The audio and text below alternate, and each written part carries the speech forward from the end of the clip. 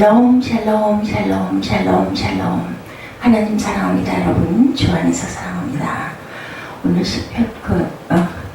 사무엘상 21장 1절에서 9절 그리고 22장 11절에서 19절 말씀, 아히멜렉의 죽음에 대해서 함께 은혜를 나눠보도록 합니다. 요나단과 다윗은 굉장히 아주 드러나게 알려진 그러한 다정한 것이었죠. 서로가 서로를 생명같이 사랑하는 천하에 둘도 없는 절친한 친구였습니다. 그런데 불행히도 요나단과 다윗은 아버지 사울이 다윗을 죽이려고 너무 괴롭히고 하기 때문에 결국은 다윗이 피할 수밖에 없었고 도망갈 수밖에 없었습니다. 요나단은 친구로서 다윗을 생명같이 사랑했지만 아버지로서도 사울을 극진히 사랑을 했습니다. 요나단이 사랑이 많은 아들, 사랑이 많은 사람이었던 거죠. 아버지를 사랑하기 때문에 아버지 곁을 떠날 수가 없었고, 친구를 사랑하기 때문에 아버지가 죽이려고 쫓아다니는 다윗을 떠나버리지 않을 수가 없었습니다. 요나단과 다윗은 눈물을 머금고 서로 작별을 했죠. 다윗은 에셀바의 아래서 요나단을 부둥켜 안고 한없이 울었습니다. 그런 후에 정처 없는 길을 떠나죠. 갈 곳이 막연했습니다. 녹당으로 발길을 옮겨서 대제사장 아히멜렉에게 갑니다. 높은 대제사장들이 사는 그런 마을이었죠. 제사장들이 사는 마을이었습니다. 거기에는 하나님의 성막이 있었고 성막 안에는 하나님의 언약궤가 또한 있습니다. 다윗이 노블 제사장을 찾아간 것은 하나님의 뜻을 알려는 것이었죠. 이제부터 나는 어디로 어떻게 가서 살아야 될 것인가, 무엇을 해야 되나, 사무엘로부터 기름 부음을 받은 것은 어떻게 되는지 하나님의 뜻을 또한 알고도 싶었습니다. 다윗이 노베에 나타나자 아히멜렉은 당황합니다. 내가 어찌하여 혼자냐, 왜 너와 함께하는 자가 아무도 없느냐, 이 많은 다윗이 왜 혼자냐는 말이 아니었고, 다윗이 나라의 요긴한 인물인 것은 모든 사람이 알고 있는데 어찌하여 노를 찾아왔느냐, 이런 뜻입니다. 아히멜렉은 최근에 왕궁에서 일어난 일을 그는 모르고 있었습니다. 아직까지 다윗은 사울의 총애를 받은 신하로 알고 있었던 거죠. 그러한 아히멜렉에게 다윗은 사울이 자기를 죽이려 한다는 이야기를 말하고 싶지가 않았습니다.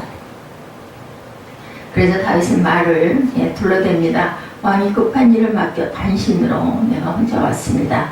나와 함께한 소년들을 데리고 왔는데 집을 떠난 지 여러 날이라 허기를 이기지 못하고 있으니 먹을 것이 있으면 나와 함께한 소년들에게 먹을 것을 좀 주십시오 하고 이렇게 요청을 합니다. 아히멜렉은 다윗에게 먹을 것을 주고 또한 칼을 내어줍니다. 성막에는 먹을 것이라고는 성소에서 물려낸 전설병, 그렇죠. 그밖에 다른 것이 없었습니다. 전설병은 제사장만 먹는 양식이었죠. 다른 사람이 먹을 수 있는 것이 아닙니다. 아히멜렉은 다윗과 한 소년들의 성결 여부를 물은 후에 전설병을 나누어 주었습니다. 이것은 제사장이 지켜야 할 법을 어긴 것이기도 합니다. 아히멜렉의 한 일을 후에 예수님은 정당하다고 인정을 하시죠. 안식일을 어떻게 지켜야 하는 문제에 있어서 선을 행하는 것이 합당하다고 말씀을 하실 때 아히멜렉이 전설병을 다윗에게 준 것은 합당하다, 이렇게 말씀을 하셨습니다. 아히멜렉은 다윗의 신변을 염려하고 호신용으로 칼을 내어주었죠. 그 칼은 다윗이 블레셋 대장 골리앗을 넘어뜨릴 때 사용했던 골리앗의 칼이었습니다.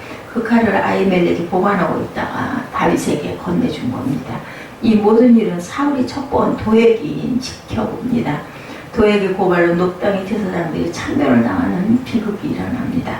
사울은 단창을 들고 다윗을 찾아 나서죠. 요나단이 다윗과 언약을 맺고 다윗을 도망하겠다는 사실을 알고 사울은 분노합니다. 온 세상이 다윗 편에 서자 자기만 외톨이다, 이런 생각을 하게 됩니다. 사울은 앞잡이들은 다윗의 행망을 따르지 못합니다. 사울의 앞잡이들은. 사울은 짜증이 나고 분통이 터지죠. 다윗은 가드왕 아기스에게로 갔다가 아둘람 굴에 숨었다가 요단강 동편 모압 땅 미스베로 갔다가 다시 선지자 갓의 충고를 듣고 유대 땅으로 다시 돌아옵니다. 사울은 기구한 높은 망대의 신하들을 모으고 호통을 칩니다. 도대체 무엇들을 하고 있는 것이냐, 이새의 아들이 네 자식과 공모를 해서 도망을 칠 동안 너희들은 뭘 했니? 다윗이 지금 당장 나를 죽이러 온다며 내 신변을 지켜줄 자가 도대체 누구냐? 그때 도액이 한 발 나서며 다음과 같이 말합니다. 왕이여 할 말씀 여쭈옵니다. 왕이여 내가 녹당에 있을 때 이새의 아들 거기 온 것을 보았습니다. 아히두베의 아들 아히멜렉이 다윗에 대해서 야훼에게 묻고 그에게 먹을 것을 주고 골리앗에 칼을 주어 보내는 것을 보았나이다. 이렇게 고합니다. 아히멜렉이 다윗을 살려보냈다고 내게 고발도 하지 않고 왜 살려보냈는가? 사울은 화가 머리 끝까지 치밀어 올라서 당장 아히멜렉 그놈을 잡아 올려라. 아히멜렉과 함께하는 제사장 85명이 붙잡혀 옵니다. 아히두베의 그 아들은 듣거라. 너는 어찌하여 이새의 아들에게 떡과 칼을 주고 보냈느냐? 그가 오늘이라도 매복했다가 내 생명을 누리도록 너는 어찌하여 그를 놓아보냈느냐? 너는 다윗의 공범자로다. 이렇게 소리칩니다. 아히멜렉은 왕이여 왕의 신하 중에 다윗까지 충성된 신하가 어디 있나이까? 전에도 그랬거니와 앞으로도 그렇게 할 것입니다. 다윗은 왕의 사위가 아닌가? 다윗은 나라를 구한 공신이 아닙니까? 다윗까지 존귀한 자가 어디 있습니까? 이렇게 대답을 합니다. 내가 다윗을 위해 하나님을 뜻을 물은 것은 이번이 처음이 아닙니다. 내가 다윗을 위하여 하나님의 뜻을 물은 것이 뭐가 잘못됐습니까? 이렇게 아히멜렉이 되질문을 합니다. 그랬거니와 앞으로도 나는 이렇게 하나님께 뜻을 물을 것이고 왕은 종과 종의 집에 아무 해도 끼치지 마소서 이렇게 얘기를 하죠. 다윗과 다윗의 아비의 집에 아무 해도 끼치지 마소서. 아히멜렉은 이 말 때문에 결국은 죽임을 당하죠. 아히멜렉은 바른 말하다가 죽임을 당합니다. 아무도 하기 싫은 말을 거침없이 하다가 죽습니다. 바른 말을 하면 죽을 줄 알면서도 바른 말하는 사람이 아무도 없기 때문에 스스로 희생의 제물이 된 것이 아히멜렉이고, 사울은 저놈을 당장 처단하는 아무도 그 명령에 나서는 사람이 없었습니다. 사울은 도액에게 너는 칼을 들어 제사장의 무리를 처단하라. 도액은 칼을 휘둘렀고 에봇 입은 제사장 85명을 죽입니다. 뿐만 아니라 노베에서는 남자와 여자 어린아이 젖먹이 제사장들의 소와 양 짐승까지 전부 다 죽이죠. 이렇게 도액은 잔인한 사이룩을 자행하고 저 도액은 무지한 이방인이고 거기에다가 도액은 에돔인이기도 했습니다. 사울은 하나님을 알지 못하는 이방인의 손을 빌려 여호와의 제사장들을 이렇게 무참히 살해를 하죠. 사울 곁에는 많은 신하들이 있었습니다. 사울을 돕고 사울을 위해 싸우는 장수와 장관들이 있었는데 사울 뒤에는 3,000명 군사가 또한 따르고 있었습니다. 아브넬도 있고 아비새도 있었고 그들은 사울이 잘못을 저지르고 있다는 것을 알고 있으면서도 아무도 잘못하고 있다는 사실을 깨우쳐주는 사람이 없었죠. 왜냐하면 죽임을 당하기 때문이죠. 장관들이 사울에게 바른 소리를 못한 이유는 왕이 하라는 대로만 해야지 그렇지 않았다가는 목이 달아날 것 같으니까 두려워서 말을 못하죠. 의인이 고난을 당하는 것을 보고만 있었습니다. 제사장이 죽임을 당하는 것을 그들은 보고만 있었죠. 아히멜렉은 사울의 비행을 보고만 있을 수가 없어서 입을 열어서 충고합니다. 왕은 왜 다윗을 죽이려 합니까? 왕은 피도 눈물도 없습니까? 왕이 이러시면 나라가 어떻게 됩니까? 하나님이 두렵지 않습니까? 이렇게 바른 말하다 결국은 죽죠.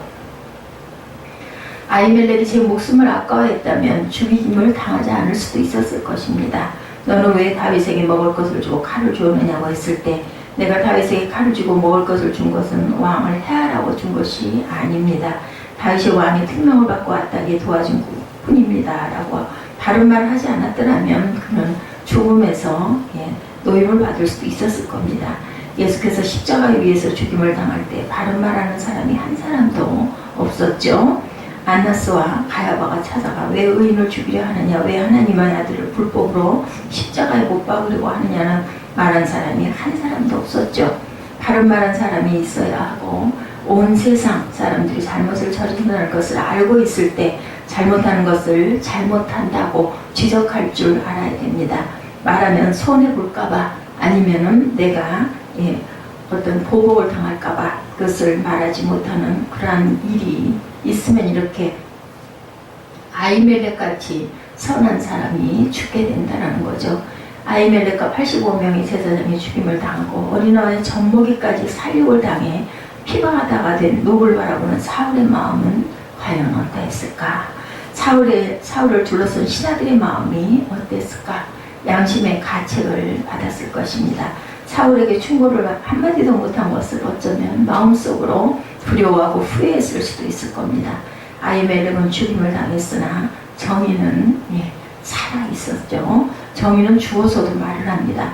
아벨은 죽어서 말합니다. 정의는 매장된 뒤에도 외치죠. 피로써 증명이 됩니다. 피해 대가를 지불했을 때 정의는 인정을 받고 제사장들의 흘린 피를 보는 사람들은 아히멜렉은 의인이었다는 것을 인정했을 것입니다. 아히멜렉은 죽임을 당한 그 이후로 의인을 보호하고 의인을 두둔하다가 죽임을 당했다는 것을 증거합니다. 제사장은 하나님의 집을 지키죠. 제사장은 하나님의 백성을 보호하는 사람이기도 합니다. 다윗이 굶주린 배를 움켜쥐고 성전을 찾아왔을 때 먹을 것이라고는 전설병밖에 없었지만, 진설병은 제사장들이 먹는 양식이었지만 아히멜렉은 다윗에게 그 진설병을 내주는 그러한 마음을 갖고 있었습니다. 불법의 조문보다 율법의 정신을 지키는 그러한 사람이었죠.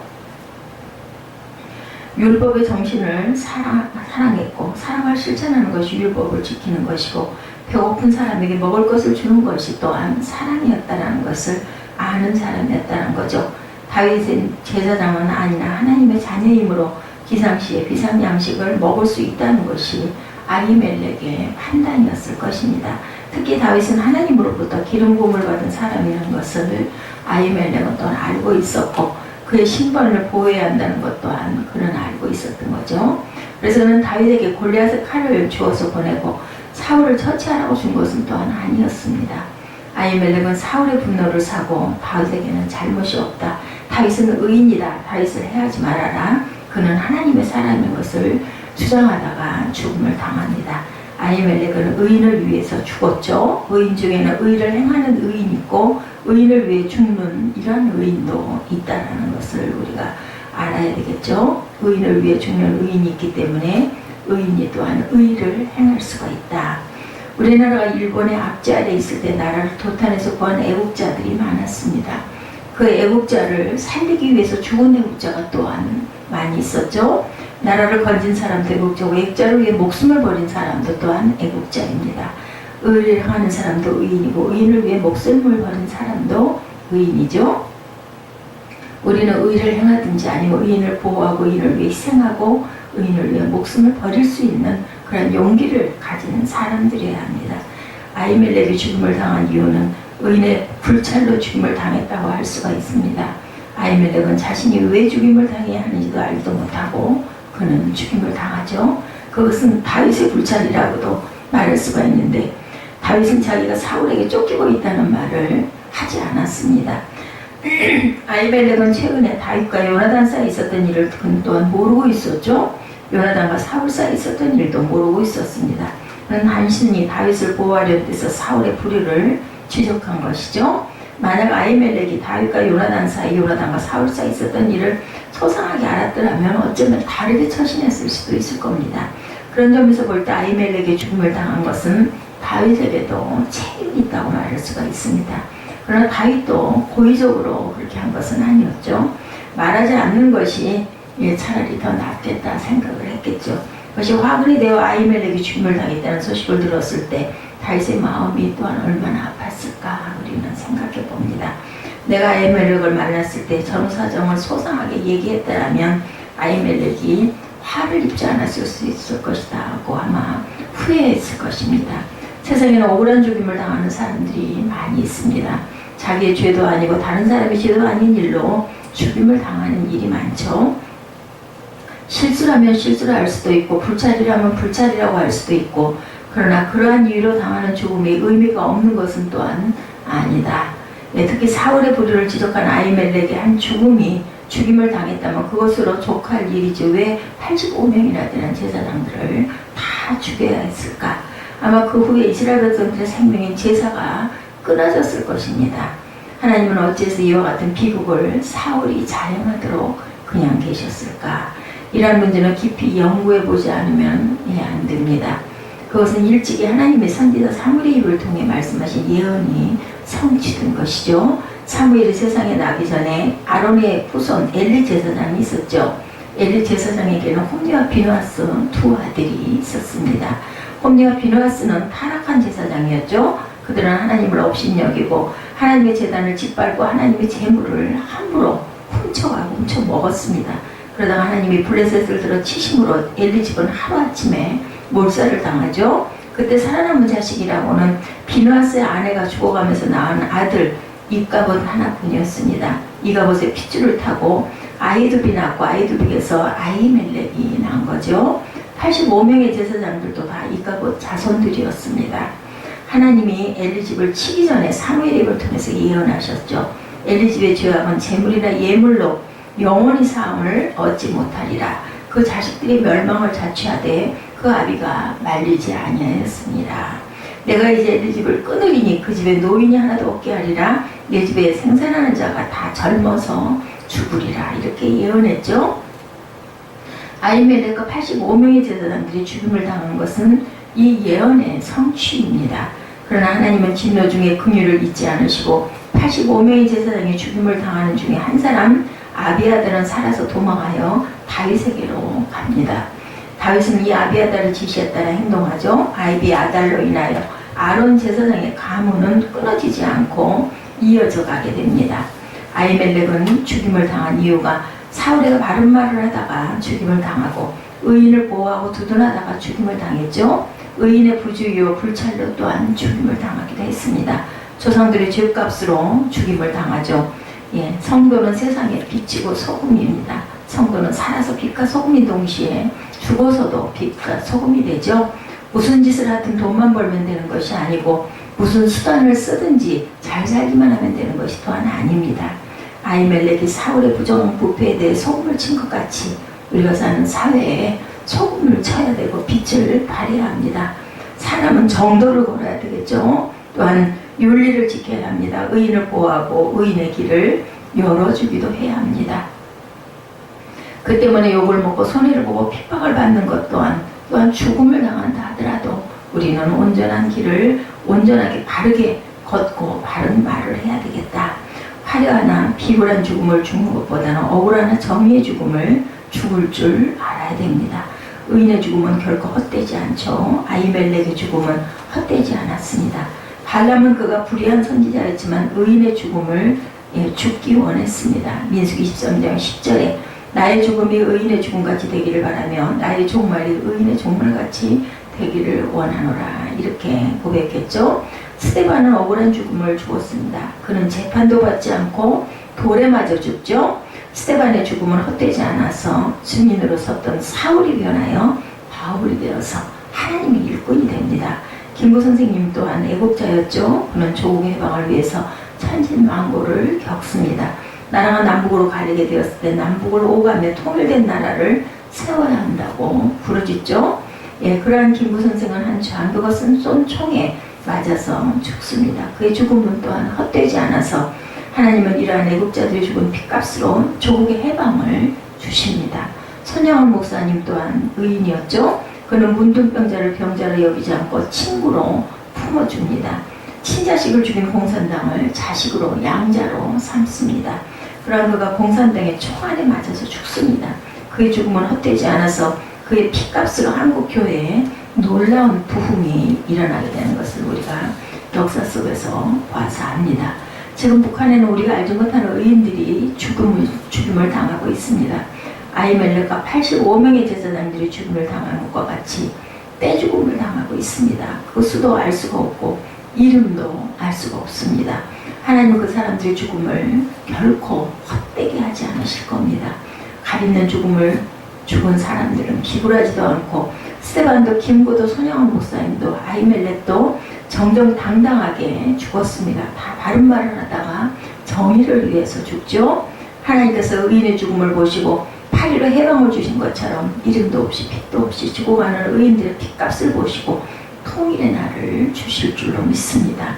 그날이 오기까지 우리가 기도 깨어서 기도해야 되겠죠. 고난당하는 의인들이 믿음을 지킬 수 있도록 기도하고 의인의 자손들이 또한 창대해지도록 기도해야 되겠습니다. 중보 기도를 끊이지 않는 저와 여러분 되시기를 주님의 이름으로 축복합니다. 기도하시겠습니다.